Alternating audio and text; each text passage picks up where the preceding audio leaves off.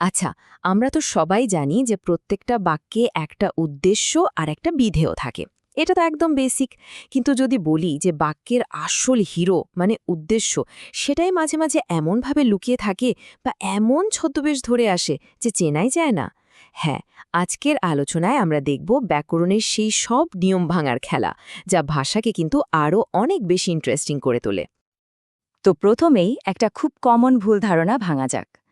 আমরা অনেকেই ভাবি বাক্যের শুরুতে যা আছে সেটাই মনে হয় উদ্দেশ্য, তাই না?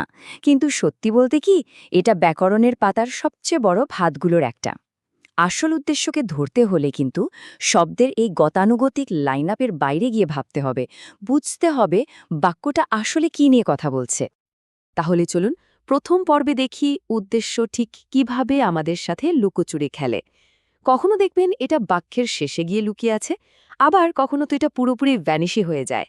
আসুন প্রথম উদাহরণটা দিয়েই শুরু করা যাক। এই বাক্যটার দিকে একবার দেখুন, হিয়ার কামস দ্য বাস। আচ্ছা, প্রথমবার দেখেই তো মনে হচ্ছে হিয়ার শব্দটাই উদ্দেশ্য, তাই না? একদম শুরুতে বসে আছে। কিন্তু একটু ভেবে দেখুন তো, বাক্যটা কি আসলেই হিয়ার বা এখানে নিয়ে কিছু বলছে, নাকি ফোকাসটা অন্য কোথাও? ব্যাপারটা হলো, এখানে জোর দেওয়ার জন্য পুরো বাক্যের গঠনটাই উল্টে দেওয়া হয়েছে। নর্মালি আমরা কি বলতাম, দ্য বাস কামস হিয়ার। যেহেতু পুরো কথাটা বাসটাকে নিয়েই, তাই আসল উদ্দেশ্য হলো দ্য বাস। তার মানে শব্দের অর্ডারটা এখানে জাস্ট একটা স্টাইল, একটা কৌশল। এটাই যে উদ্দেশ্যকে চিনিয়ে দেবে এমন কোনো কথা নেই। আচ্ছা, এবার আরেকটা উদাহরণ দেখা যাক। খুবই সিম্পল, সিট ডাউন।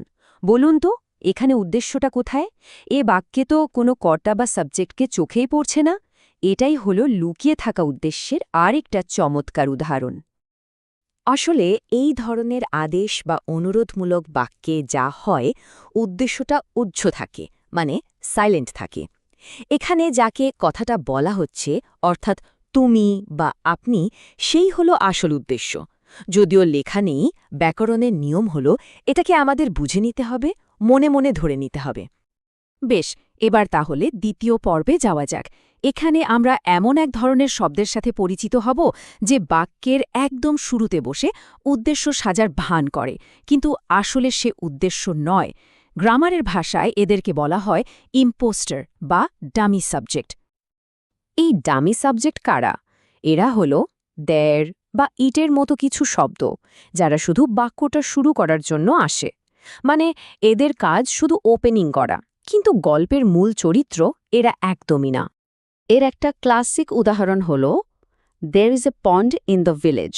দেখুন, বাক্যটা শুরু হচ্ছে দের দিয়ে, কিন্তু প্রশ্নটা হলো, আলোচনাটা কি দের বা সেখানে নিয়ে হচ্ছে, নাকি ফোকাসটা অন্য কোথাও? অবশ্যই না। এখানে আসল কথাটা হচ্ছে এ পন্ড বা পুকুরটাকে নিয়ে। পুকুরটার অস্তিত্বের কথাই বলা হচ্ছে।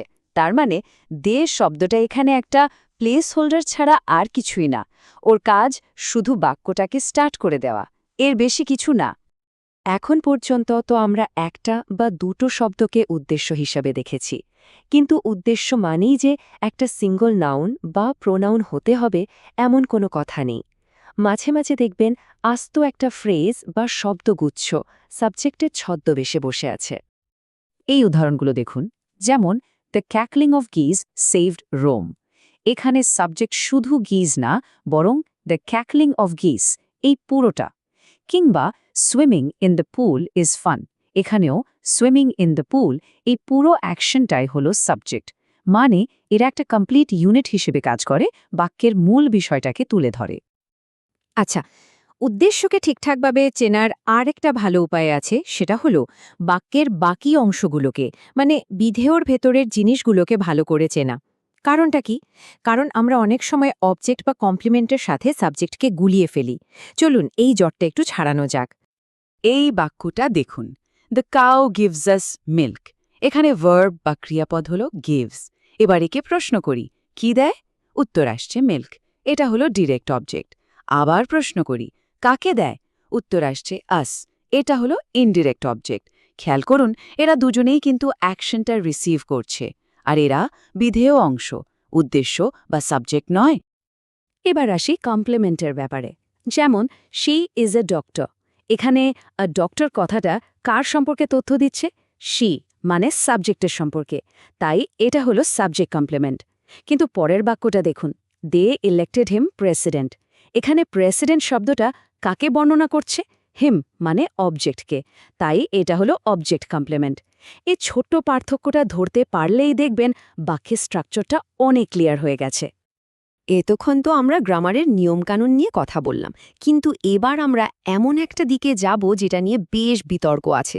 প্রশ্নটা হলো, একটা বাক্য শুধু গ্রামাটিক্যালি কারেক্ট হলেই কি সেটাকে সঠিক বলা যায়, নাকি এর বাইরেও কিছু ব্যাপার আছে? অনেক ভাষাবিদ মনে করেন গ্রামারের নিয়মের উপরেও আর একটা নিয়ম আছে। সেটাকে বলা যেতে পারে লজিক রুল বা যৌক্তিকতার নিয়ম। মানে একটা বাক্যকে ১০০% সঠিক হতে হলে শুধু তার গঠন বা স্ট্রাকচার ঠিক থাকলেই হবে না, বাক্যটার একটা যৌক্তিক মানেও থাকতে হবে।